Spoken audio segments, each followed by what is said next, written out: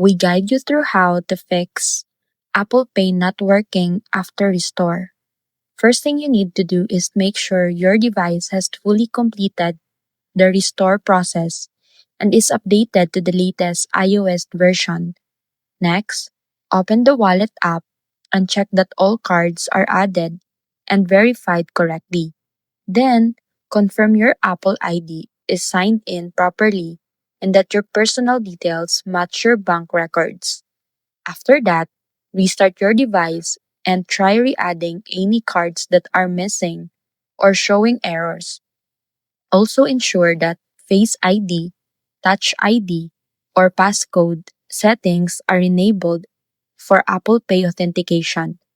And if Apple Pay still isn't working, contact your bank to confirm there are no holds, blocks, or restrictions on your cards. Then, reach out the Apple support for guidance or restoring full Apple Pay functionality after a device restore. So that's it.